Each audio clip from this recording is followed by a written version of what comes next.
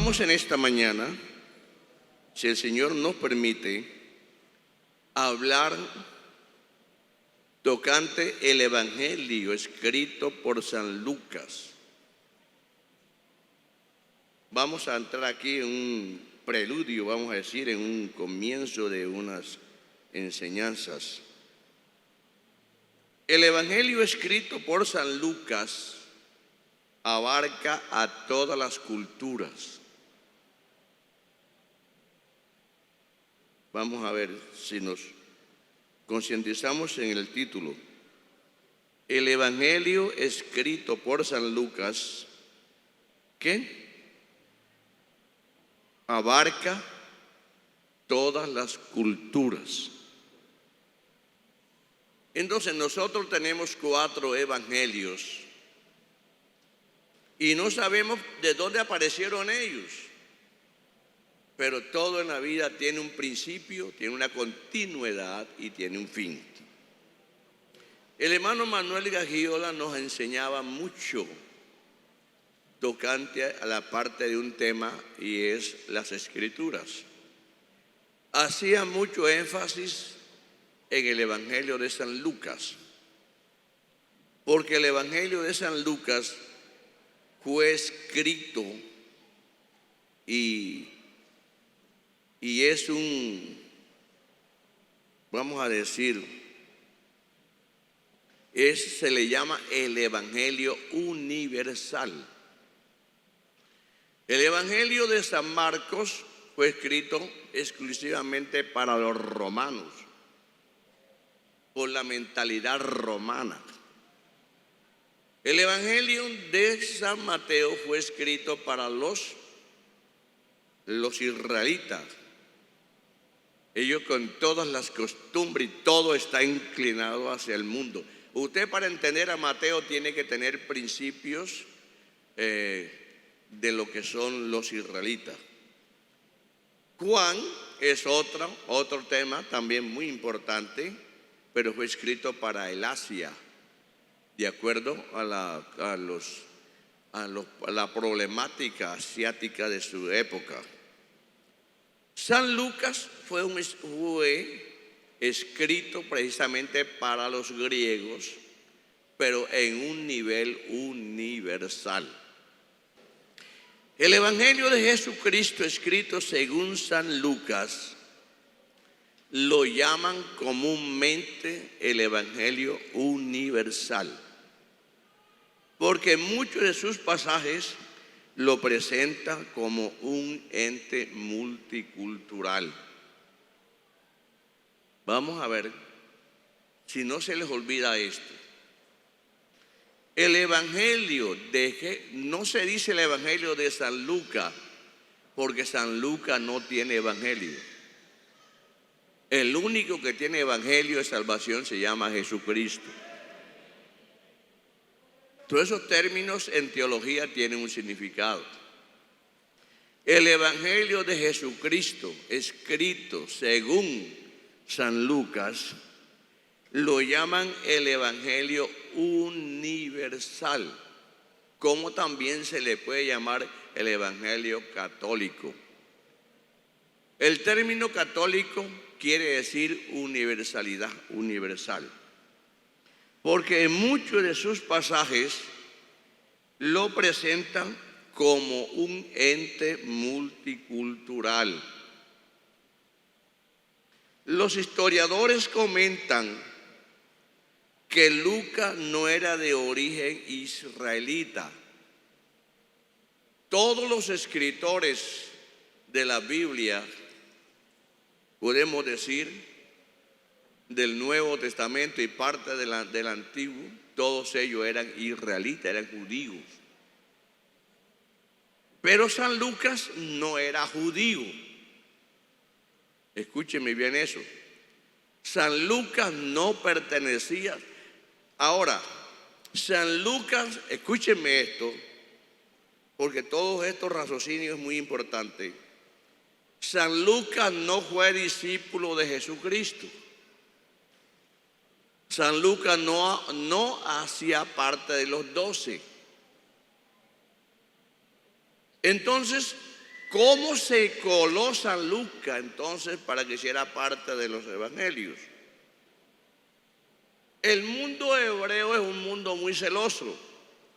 No quería nada, absolutamente nada con los que no eran judíos, con las naciones.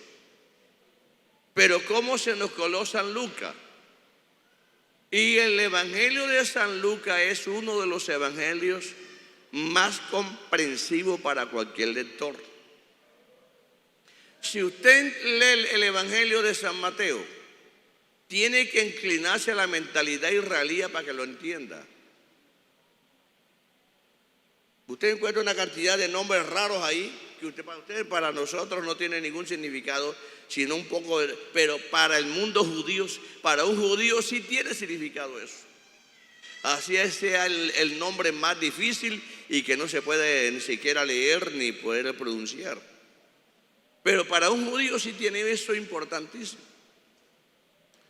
Entonces el evangelio más comprensible que hay es el evangelio de San Lucas, porque el evangelio de San Lucas fue escrito en un estado de universalidad. Entonces, vamos aquí, los historiadores comentan que San Lucas no era de origen israelita, sino griego. Procedía de una cultura universal y de igual manera los principios pertinentes del evangelio son de carácter universal, lo que decimos nosotros multicultural. Es decir, que el evangelio de San Lucas le está hablando a todas las culturas. Una alabanza para el nombre del Señor. Todas estas insignias equivalentes es que el evangelio se salió del mundo hebreo y fue esparcido para todas las naciones. Cuando afirma San Lucas en el capítulo 19 y el versículo 10, que dice que el Hijo del Hombre vino a buscar y a salvar lo que se había perdido. Esos son términos helenitas. Uno de los puntos más importantes para que el evangelio de San Lucas entrara a ser calificado por el canon, porque hermanos, yo no entiendo, esto es un milagro de Dios, que dentro de los sagrados libros hebreos se le diera cabida a un escrito griego. Eso no podía suceder. Dentro del mundo del canón, figúrese que es difícil que un escribano que no fuera israelita no tenía acceso. Pero entonces, ¿cómo entró en el canón el libro de San Lucas? ¿Cuánto damos gloria a Dios? San Lucas, precisamente porque San Lucas, para escribir su evangelio, no fue copión, no se copió de nadie. San Lucas supuestamente, entre comillas, fue un médico, pero para ser médico tenía que primero hacer parte de la filosofía del trivión y también del cuatrivión. Entonces, Lucas conocía toda su cultura griega y también se quería destacar como cualquiera de los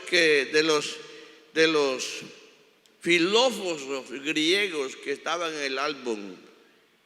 Entonces San Lucas también quería, pero entonces San Lucas no iba en algo superficial. San Lucas iba directamente al grano. Hubo un hombre muy interesado porque cuando el evangelio llegó a Grecia,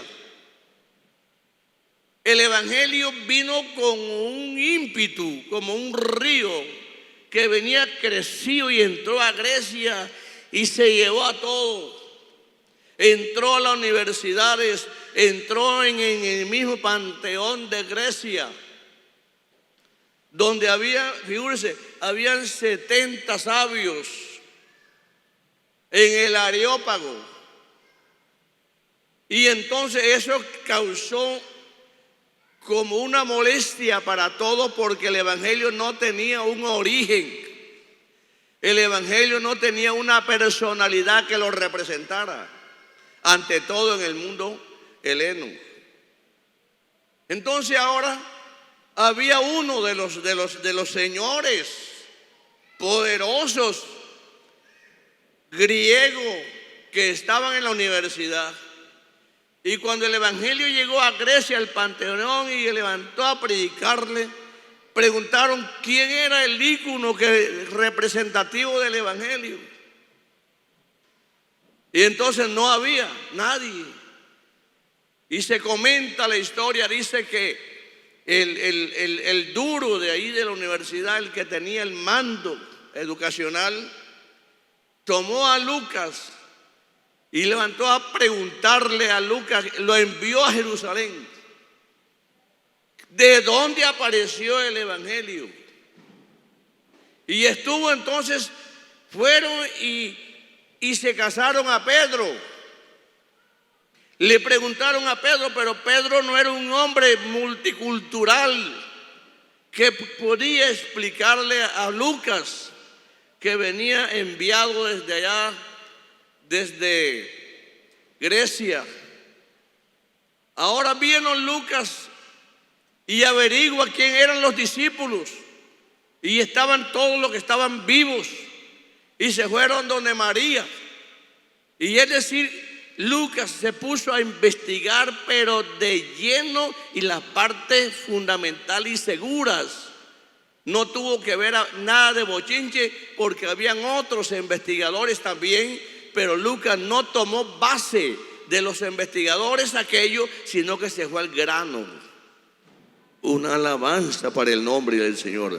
¿Cuánto decimos gloria a Dios, hermanos?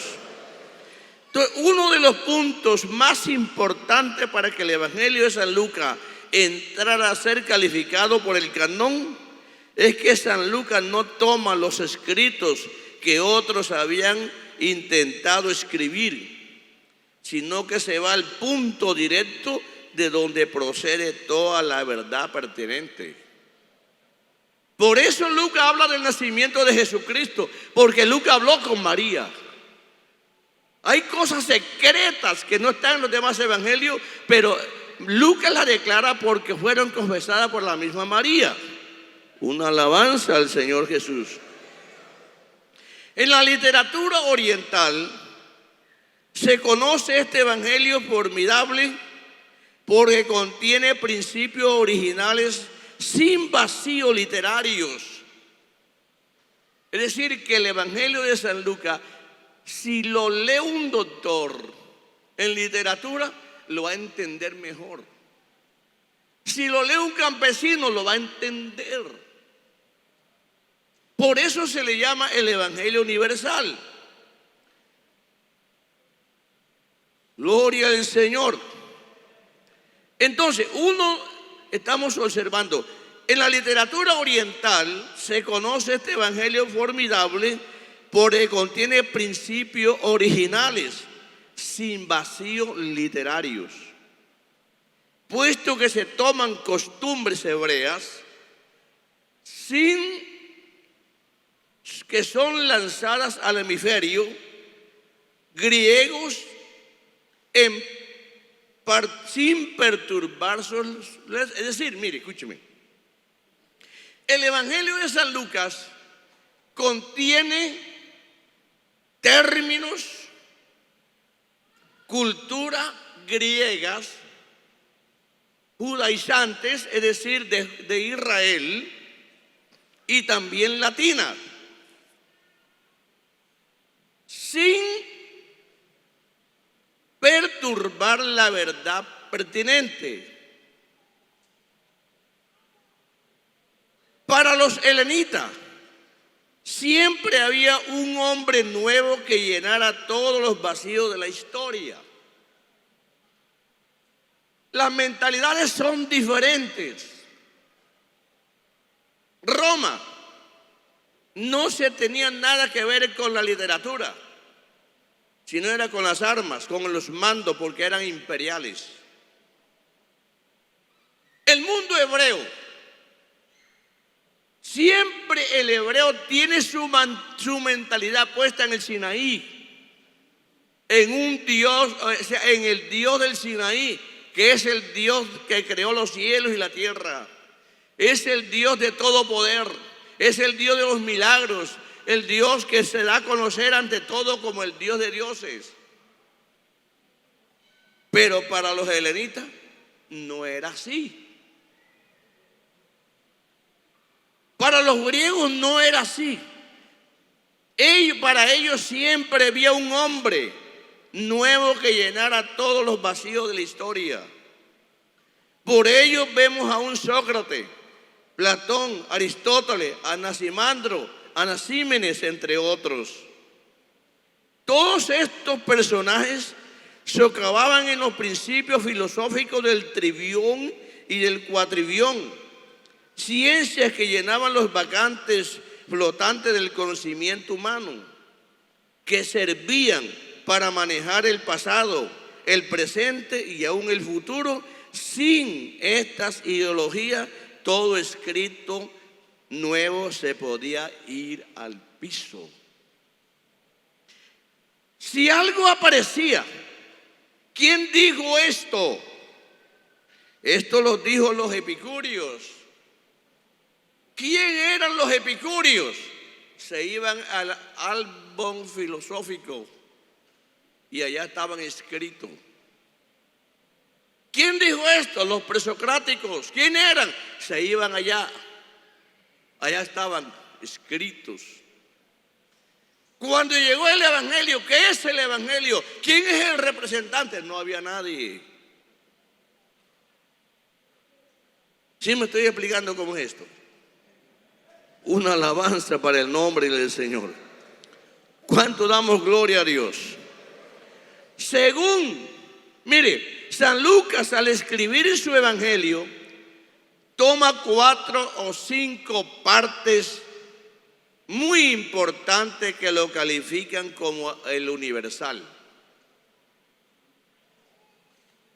Mire, San Lucas tenía que llenar unos requisitos universales. ¿De dónde apareció el evangelio? Ese viene procedente del mundo hebreo. ¿Quién es el representante del evangelio en el mundo hebreo? Un tal Nazareno que le llamaban Jesús. Y este hombre que se llamaba Jesús murió en un lugar público y en un lugar no deseado. Entonces, el evangelio para el mundo judío no valía nada, porque Jesucristo murió en una cruz que era símbolo de maldición. Y Pablo se lo dijo allá se lo dijo a los corintios. Una alabanza para el nombre del Señor Jesús. ¿Cuánto damos gloria a Dios? Pero ahora, para el mundo judío no valía nada, pero para el mundo griego sí valía, porque las universidades, el comercio, todos los lugares fue inundado por el evangelio. Hasta uno de sus reyes dijo: por poco me persuades. Una alabanza para el nombre del Señor. Entonces, ahora viene Lucas. Para poner este evangelio universal se necesitaban 4 o 5 cosas pertinentes. Vámonos con la primera. Si me prestan atención, le tenemos algo importante. Primero, La noticia de su nacimiento fue universal. Entre el mundo hebreo, cuando se murió la persona, en el mundo ¿qué? Griego, se murió la persona, otro viene con la misma ideología. Platón siguió, ¿quién? Aristóteles. Luego de Aristóteles, ¿quién más salió? A ver, vamos a decir, bueno, ya se me olvidaron los nombres, los consecutivos. De ahí apareció Anaximandro. De ahí apareció el ese que que pronunció el primer eclipse. El filósofo de la duda. Bueno, ahí aparecieron varios, pero uno iba llevando al otro. En el Evangelio no, porque el autor del Evangelio ¿qué? Se murió y se acabó.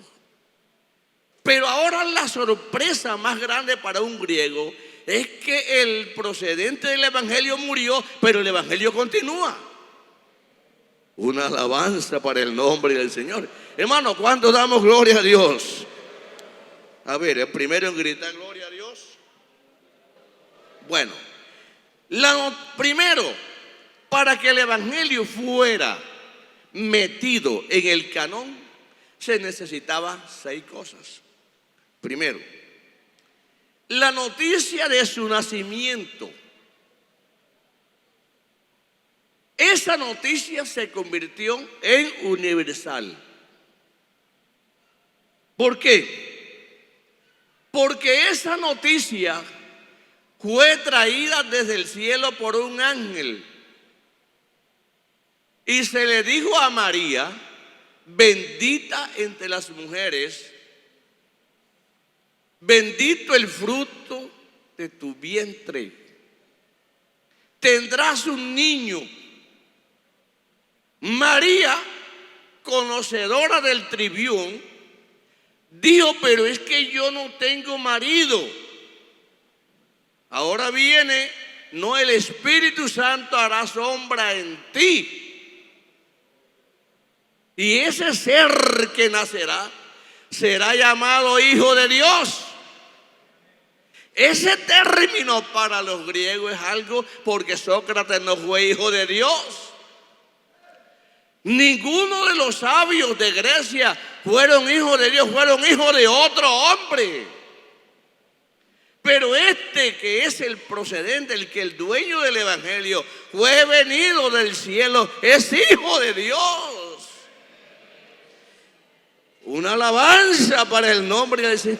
Por eso, hermano, el Evangelio de San Lucas es destacado. Ahora, fue hijo de Dios a través de una mujer, es decir, a través de un proceso, vamos a decir, de un hombre, de una mujer. Dios con una mujer en el carácter antropológico. Una alabanza para el nombre del Señor. Es decir, que Dios y la antropología. Eso lo destaca Lucas. En su evangelio fue traída por un ángel desde el cielo. El ángel le dice, pero el ángel le dijo, ¿a quiénes? A unos pastores cuando Jesús nació: no temáis, he aquí os doy nueva de gran gozo que será para todo el pueblo, que os ha nacido hoy en la ciudad de David un Salvador, que es Cristo el Señor. Una alabanza para el nombre del Señor. ¿Cuánto damos gloria a Dios?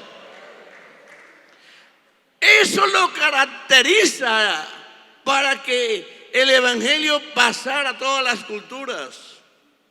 Segundo, su crecimiento. Es decir, que San Lucas va acomodando la ficha de acuerdo a la cultura helenita. Su procedencia del cielo a la antropología. Luego su nacimiento, un ángel le dijo a los pastores que estaban vigilando en el campo: no temáis, porque os doy nuevas de gran gozo, que será para todo el pueblo. Oiga, para todo el pueblo, que os ha nacido hoy en la ciudad de David un Salvador, que es Cristo el Señor. ¿Por qué dice Cristo el Señor? Porque no era Sócrates. Una alabanza para el Señor Jesús. Segundo, su crecimiento. Es decir, que Jesucristo, después que fue un bebé, fue creciendo. Pero ahora viene San Lucas y hay que entender una cosa: que cuando el niño nació, tenía que pertenecer a una universidad, a una escuela, sean los presocráticos, sean los epicúreos, sean los estoicos o cualquier otra universidad o escuela, vamos a decir, ¿escuela qué? Filosófica. Entonces ahora el niño crecía. Y San Lucas hace parte en eso. ¿Qué dice el Evangelio de San Lucas capítulo 2? Su crecimiento. El niño crecía. Capítulo 2, a ver, ¿quién lo busca por allí? San Lucas capítulo 2, versículo 40. Y el niño crecía. ¿Qué más? Se fortalecía. Se llenaba de sabiduría. Y la gracia de Dios estaba sobre él. Es decir, que Jesucristo tenía, Lucas le está presentando que Jesucristo tenía las dos cualidades: la del hombre y la de Dios. Y que el niño no se quedó siendo un bebé, sino que él crecía y se fortalecía. ¿Y se llenaba de qué? De sabiduría. Esa palabra sabiduría es griega. Se llenaba de conocimiento y de gracia. Y la gracia de Dios era sobre él. ¿Qué quiere decir eso, San Lucas? Hombre, que en la persona de Jesucristo todavía había un ser supremo que estaba dándole a él. Una alabanza para el nombre del Señor. Ahora, San Lucas 2, versículo 52, repite lo mismo. Y Jesús crecía en sabiduría, es decir, en las tres ciencias de los griegos. Jesús crecía en sabiduría. ¿Qué más? En estatura. ¿Qué más? Y en gracia, para con Dios y los hombres. Es decir, que San Lucas está presentando a Jesucristo como el hombre perfecto. Una alabanza, hermano, una alabanza. San Lucas está presentando a Jesucristo como mejor que Sócrates. Está presentando porque es que Jesucristo tenía la gracia de Dios en él. ¿Cuánto damos gloria a Dios? Otra alabanza para el nombre del Señor Jesús. Observemos, punto número 3. Cuando tenía 12 años, Jesucristo, 12 años,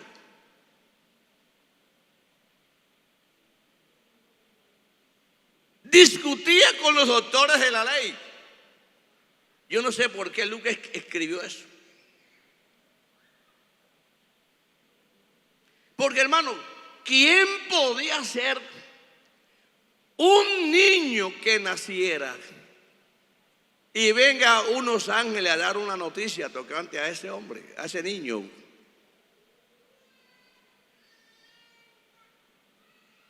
¿Quién podía ser que cuando ese niño tuviese 12 años, ya ese niño discutía con los magísteres, con los doctores de la ley? ¿Quién podía ser? Y Lucas le está diciendo a los griegos, ¿quién podía ser ese muchacho? Porque es el único de los evangelistas que habla de eso. ¿Quién podía ser ese muchacho que a los 12 años, qué pasó? Discutía con la ley. Eso está en San Lucas, capítulo 2, versículo 46. Y aconteció que 3 días después lo hallaron en el templo sentado en medio de los doctores, oyéndole y preguntándoles. Y todos los que le oían se pasmaban de su entendimiento y de sus respuestas. Una alabanza para el nombre del Señor. Estamos observando por qué se llama el Evangelio universal, multicultural. Punto número 4. Su muerte tenía que ser conocida por todo el mundo. San Lucas habla del camino de Maús. San Lucas habla más, un poquito se extiende en la resurrección de Jesucristo. San Lucas, porque hermano, qué hombre. Si fue Jesús como lo presentan, que lo metieron entre medio de malhechores, Jesús pues no tenía ningún valor. Estaba, ¿quién era el malhechor de asesino que iban a soltar? Barrabás. No sé qué crímenes cometió el sinvergüenza. Y el otro que estaba cerca de él. Eran 2 asesinos terribles que estaban allí. Ahora Jesús lo meten en medio de los dos para que Jesucristo reciba también el mismo valor de estos dos.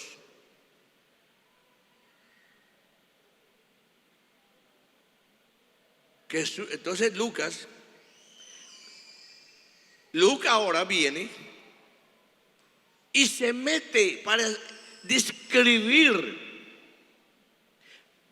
la muerte de Jesucristo, y no solamente pasó en el mundo hebreo, sino que la muerte de Jesucristo fue proclamada en todos los mundos de su época. ¿Por qué San Lucas se esforzó para que su evangelio fuera universal? Primero,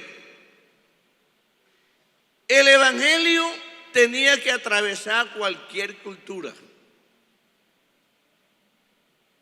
Cuando el hombre primitivo principió a multiplicarse, fueron apareciendo las culturas, las diferentes razas con sus respectivos idiomas.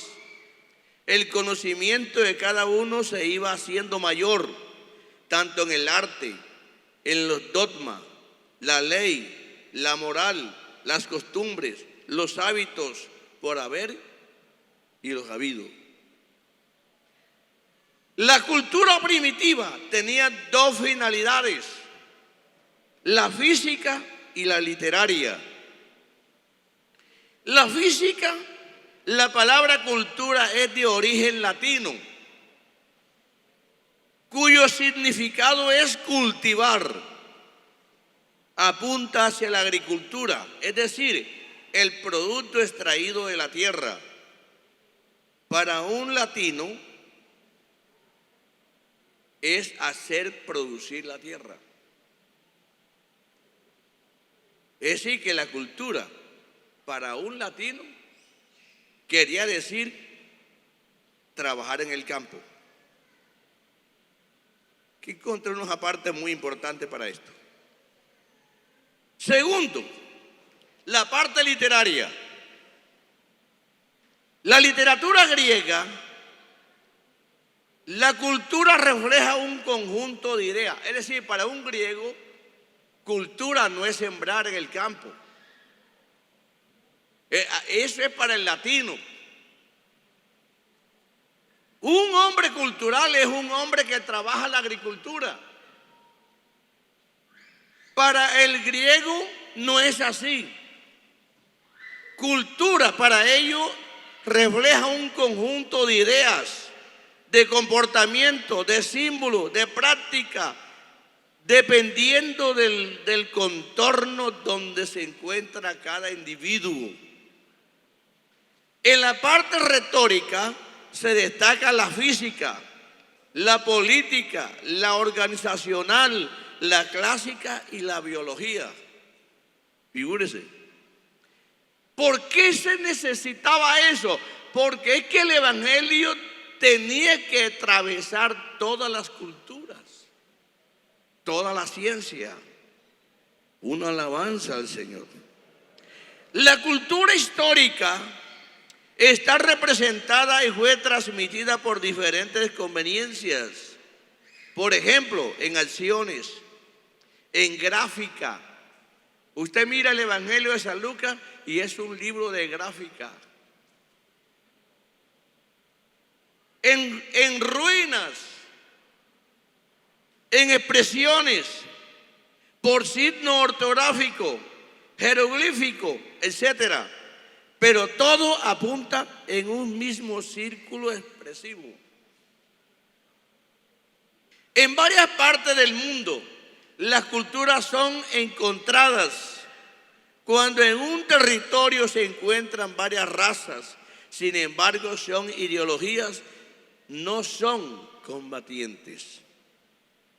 Por ejemplo, en la tierra de Israel, en el tiempo de Cristo, fueron poseídas por los griegos. Las tierras de Israel son las tierras más apetecidas en la historia, desde que el mundo existió. Para pasar para el imperio egipcio, y estaba ya en Ur de los Caldeos, tenía que pasar por Palestina. Palestina se convirtió en un lugar de acopio para la guerra. Era el lugar donde se encontraban los hititas, se encontraba la parte de Babilonia, se encontraba la parte egipcia y la parte arábiga. Israel estaba ahí. Esa es una. Otra, que en las tierras de Israel son las tierras riquísimas en petróleo. Además de ello, es la media luna fértil, donde está el río Nilo, 1500 no sé cuántos kilómetros atravesando, y eso traen de las montañas en no sé qué parte, y traen mucho abono, y son tiradas en las tierras. El Nilo creo que tiene 200 kilómetros de ¿qué? De la desembocadura hacia el Mar Rojo. Es decir, que está de aquí a Ciénega. Un río que tenga una desembocadura de aquí a Ciénega de ancho. ¿Ah? Por otra parte, está un poquito aquí descendiente de otros ríos del Éufrates, que están aquí en la parte ¿qué? Central. Es decir, que la tierra de Israel es una tierra bañada donde están todas las, hermanos, las flores, los frutos mejores que hay en el mundo son los que se cultivan en la tierra de Israel. Una alabanza para el nombre del Señor. ¿Cuánto dan gloria a Dios? Otro punto que es la tierra escogida por Dios. Otro punto, el punto número 4. Israel es el ombligo de la tierra. El que gobierna a Israel gobernará el mundo entero.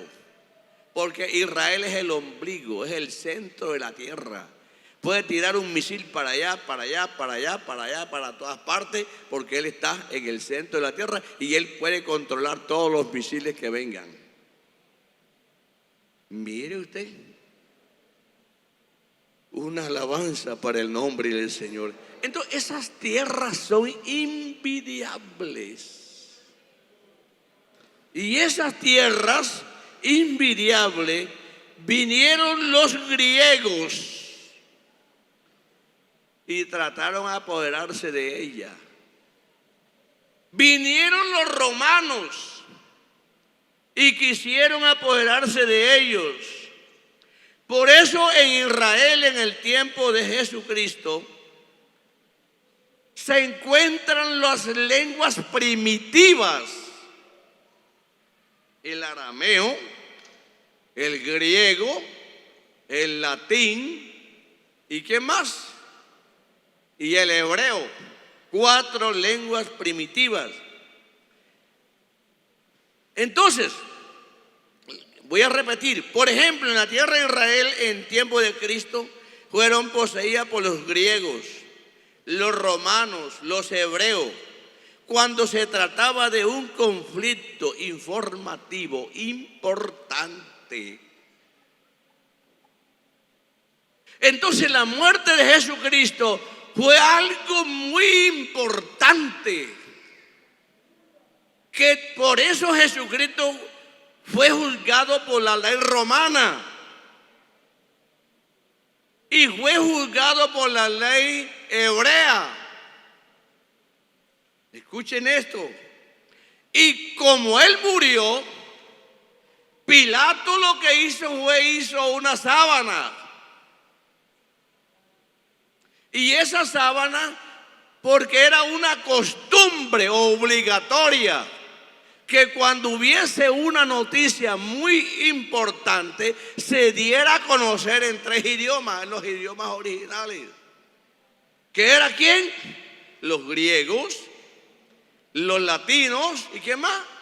Y los hebreos. Por eso cuando Lucas, el pasaje que leímos, ¿cuál fue el pasaje?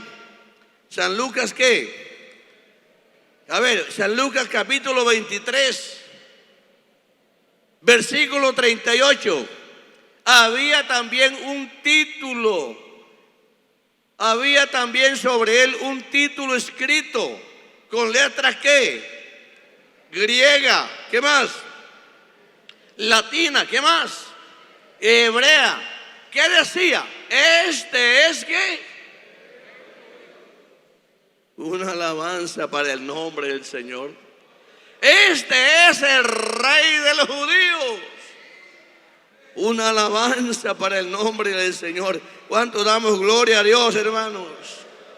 Es decir, que la muerte de Jesucristo se necesitaba que los griegos se dieran cuenta que fue el interés de Lucas.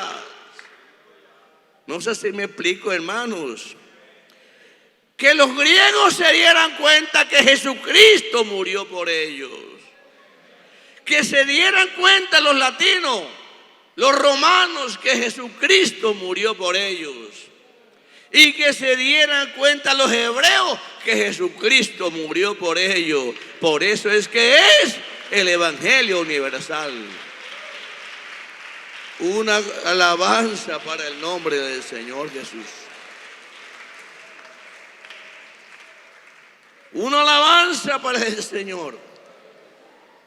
En los tiempos de Jesús, tanto los romanos como los árabes, los griegos, los hebreos, cuando un criminal se destacaba con una sentencia de muerte, la ley romana exigía que el rey se le colgara una sábana, la razón por la cual se llevaba a su condena, o se llevaba a decir su condena.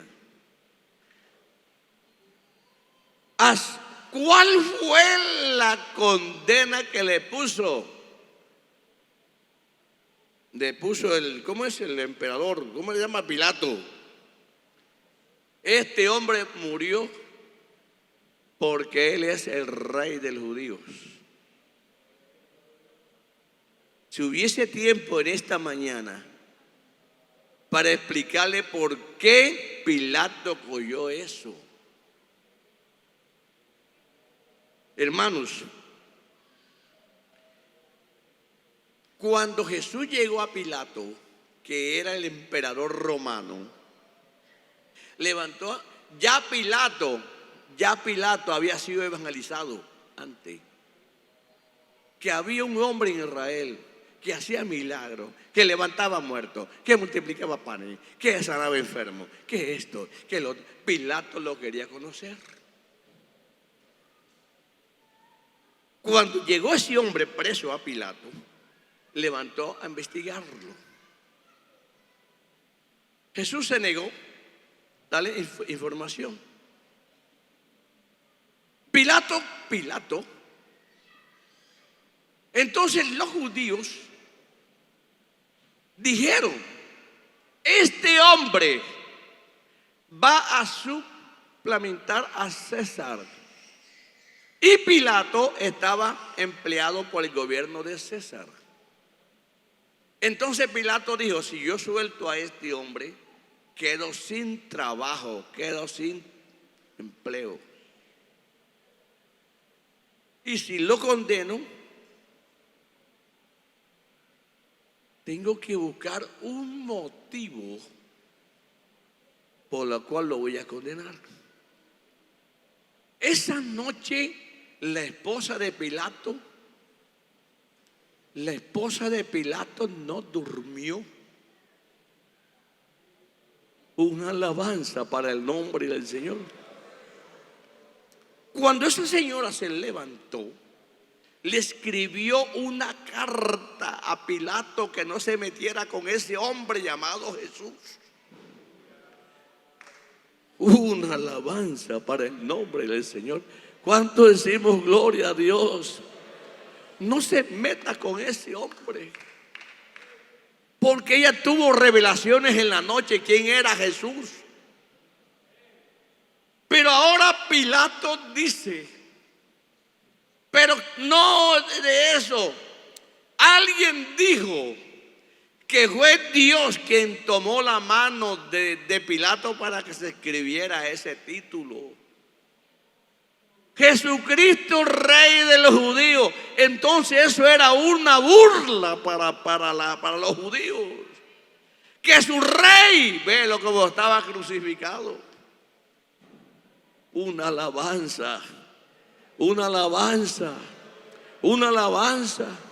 Pero hermano, San Lucas quiere expresar que ese es el Rey de los judíos, pero para nosotros es el Rey nuestro en esta mañana. Una alabanza para el nombre del Señor. ¿Cuánto damos gloria a Dios?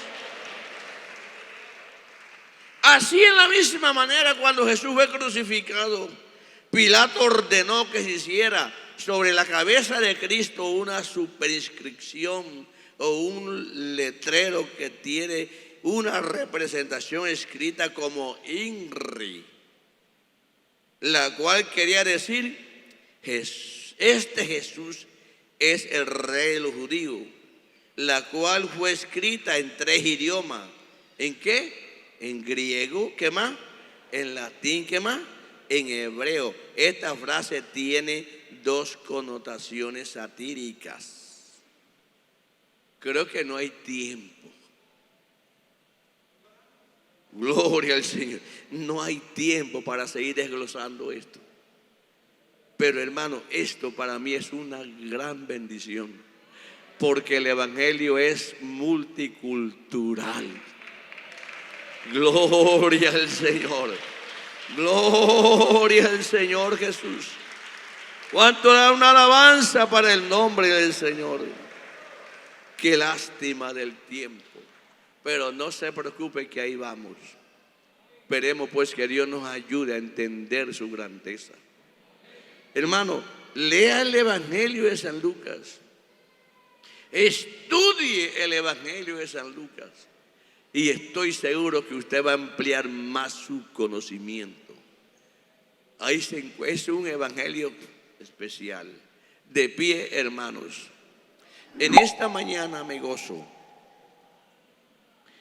Me gozo por lo que Lucas escribió, que de tal manera que Jesucristo vino a buscar y a salvar lo que se había perdido.